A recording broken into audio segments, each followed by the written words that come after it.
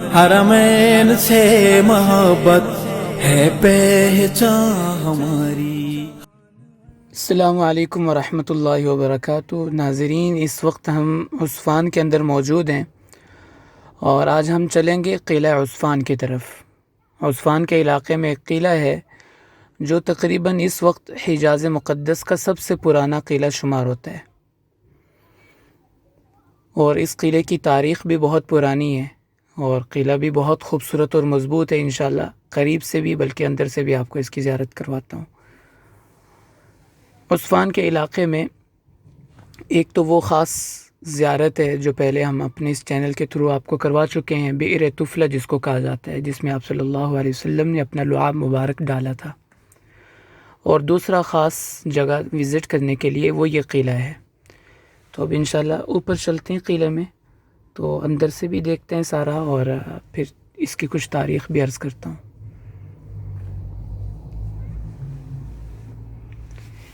یہ سامنے قلعے کا مین گیٹ ہے اندر داخل ہونے کے لیے۔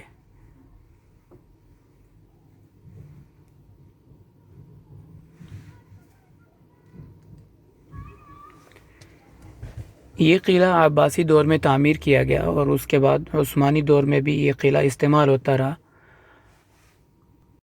مختلف زمانوں میں اس قلعے کی تجدید اور ترمیم ہوتی رہی، اور آخری مرتبہ اس قلعے کی جو ترمیم ہوئی وہ ملک سلمان کے زمانے میں 2015 میں، یعنی آج سے 5 سال پہلے اس قلعے کی ترمیم کی گئی۔ تو انشاءاللہ اس کے مختلف حصے اور اس کا پورا وزٹ انشاءاللہ کرتے ہیں مختصر۔ یہ قلعے کی چوکیاں ہیں، یہاں پہ فوجی اس زمانے میں جو لشکر کے سپاہی ہوتے تھے کھڑے ہو کے باہر کا پورا کنٹرول کرتے تھے، باہر پورا دیکھتے تھے۔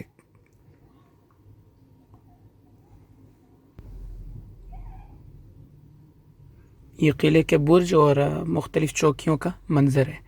یہاں سے بھی آپ دیکھیں پورا سامنے عثفان کا علاقہ نظر آ رہا ہے۔ یہیں پہ وہ کنواں ہے بئر طفلہ جہاں پہ آپ صلی اللہ علیہ وسلم نے اپنا لعاب دہن ڈالا تھا حدیبیہ سے واپسی پر۔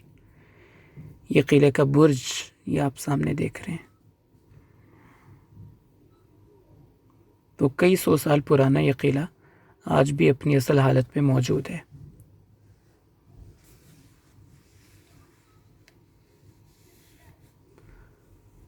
عثفان کا جو علاقہ ہے نا، اس زمانے میں یہ مختلف شہروں کے راستے یہاں پہ آ کے ملتے بھی تھے، یہاں سے جدا بھی ہوتے تھے۔ تو اس زمانے کا یہ جنکشن شمار ہوتا تھا۔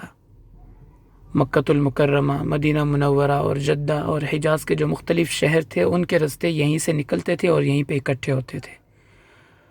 تو اس قلعے کو بنانے کے 2 بنیادی مقصد تھے، ایک تو یہ کہ حجاج کا تحفظ یقینی بنایا جائے، اور دوسرا یہ کہ حجاز مقدس کی پوری نگرانی یہاں سے کی جا سکے۔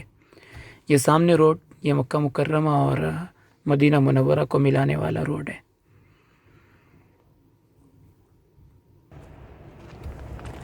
آپ نے سنا ہوگا کہ پہلے وقتوں میں جب دشمن قلعے کا محاصرہ کرتے تھے تو قلعے کے لوگ اپنی ضروریات کا سامان سٹور کر لیتے تھے، اس میں اپنا پینے کا پانی اور مختلف کھانے کی ضروریات، گندم، چاول وغیرہ وہ یہاں پہ محفوظ کرتے تھے تاکہ باہر جانے کی ضرورت پیش نہ آئے۔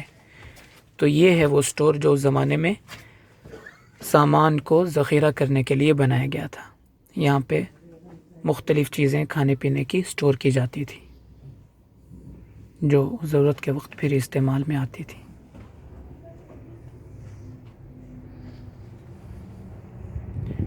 یہ قلعے کا باہر کا منظر ہے، آپ دیکھیں یہ قلعے کی باہر کی دیوار ہے، اور یہ قلعہ اتنی اونچائی پہ ہے کہ اس سے آپ پورا عثفان کا علاقہ دیکھ سکتے ہیں۔